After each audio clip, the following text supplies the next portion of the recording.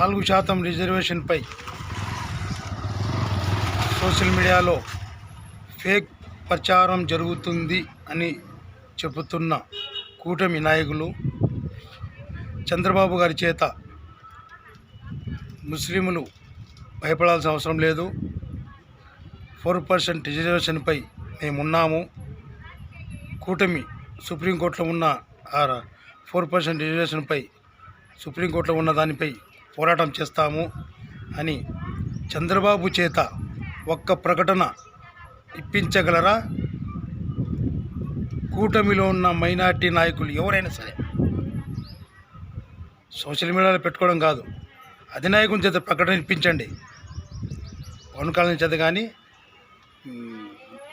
పురంధేశ్వరి చేత కానీ, చంద్రబాబు చేత కానీ పత్రిక ప్రకటన విడుదల చేయండి.